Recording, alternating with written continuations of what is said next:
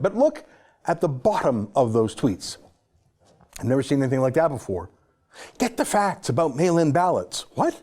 And it's a link, and when you click it, you're taken to this political advocacy page put together by Twitter itself that says, Trump makes unsubstantiated claim that mail-in ballots will lead to voter fraud. Well, like I said, that's the sort of thing about the future predictions. They cannot be substantiated until the future unfolds. If I were to say, I predict that Joe Biden will be replaced by the Democrats because he's just too weak and they don't want to lose, that's not an unsubstantiated thing. It's a prediction. I predict I will gain another 10 pounds during the quarantine. I predict I will lose 20 pounds. It's not true or false. It's not unsubstantiated. It's a guess or a hope. Look at what Twitter wrote. What you need to know. Trump claimed that mail-in ballots, well, hang on, stop right there. Is it correct that I need to know it? Is that substantial? Hey, fact check. Twitter says I need to know this. I don't. Okay, let me keep going. Trump claimed that mail-in ballots would lead to a rigged election. However, fact checkers say there is no evidence that mail-in ballots are linked to voter fraud. Trump falsely claimed that California will send mail-in ballots to anyone living in this state, no matter who they are or how they got there. In fact, only registered voters will receive ballots. 5 states already vote entirely by mail, and all states offer some form of mail-in absentee voting, according to NBC News. All right, well, who are all these fact checkers? Why can't I see their sources and their proof? Why has Twitter put itself in the role of a judge? Why can't I judge for myself? And why is it only this one president from this one political party who is being corrected and denounced, really, by Twitter? Are there no other lies on all of Twitter? Obvious lies. Very senior Chinese diplomats have published kooky conspiracy theories that the United States military created the coronavirus. It's laughably false. It's maliciously false. Twitter doesn't care, though. No correction or counterweight to them. By the way, citizens in China are banned from using Twitter by their own government, but Twitter is happy to let the Chinese government propagandists on their site. No truth warning under them. Now, Twitter cites the Washington Post, which is owned by Amazon's Jeff Bezos, as proof that Trump was wrong. Okay, but what are the Washington Post politics? They're liberal, obviously. So like I say, it's a dispute. Two sides to a dispute. Twitter should be hosting the debate. Perfect. A forum, a platform. So why do they now suddenly set themselves up as the umpire of this debate, the judge of this debate? Look at this. Here's a Washington Post article promoted by Twitter that claims Trump is wrong on voter fraud. It's written by a guy named Philip Bump. I love that name. What a wonderful name, Philip Bump. I checked him out on LinkedIn, and he has a philosophy degree. He worked as a software designer for 2 years, pretty good. And then he worked for a series of left-wing blogs. I don't know, maybe he's a genius, Philip Bump. Maybe he knows more than the President of the United States and all the President's advisors. Could be. But like I say, it's a dispute. I'm actually siding with the President on this one. Common sense tells us there is voter fraud all the time, and that mail-in ballots would likely increase that. I'm not sure why anyone's trying to deny that. Why not make the more reasonable argument, which I think would be, of course there's going to be more voter fraud, but that's an acceptable price to pay, some would say, to increase voter participation. Now, I would disagree with that myself. I would say if you can't be bothered to walk to the voting station, you really don't care enough to vote. But why are you pretending that mail-in ballots won't increase fraud when they obviously will, even a little?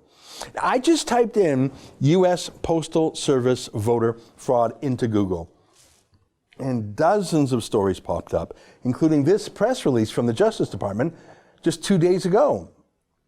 Pendleton County mail carrier charged with attempted election fraud. Elkins, West Virginia. Thomas Cooper, a mail carrier in Pendleton County, was charged today in a criminal complaint with attempted election fraud, U.S. Attorney Bill Powell announced.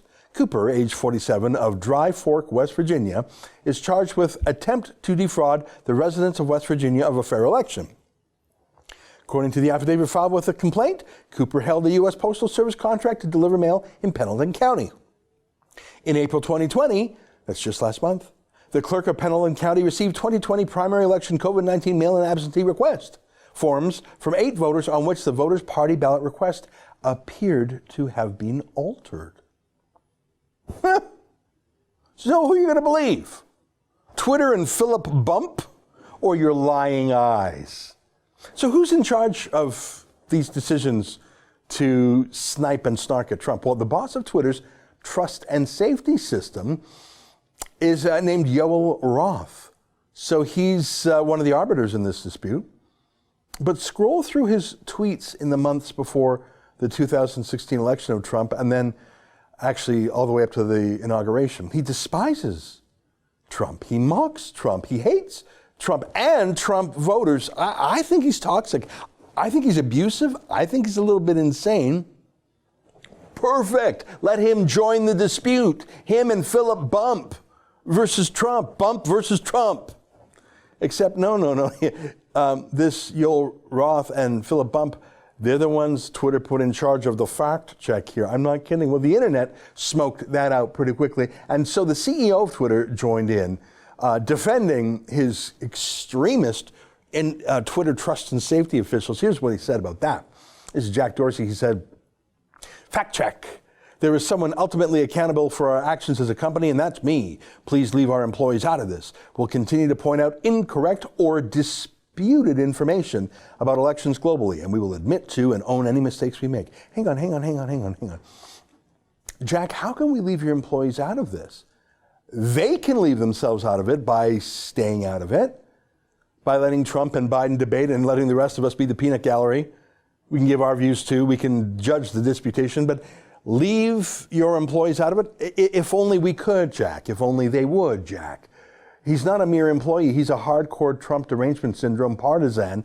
Does Joe Biden get a hall monitor like that too? If so, it's got to be someone as hardcore on the right as this Yoel Roth guy is on the left. So it's got to be like Alex Jones of InfoWars, someone that bellicose, because that's who Yoel Roth is on the left.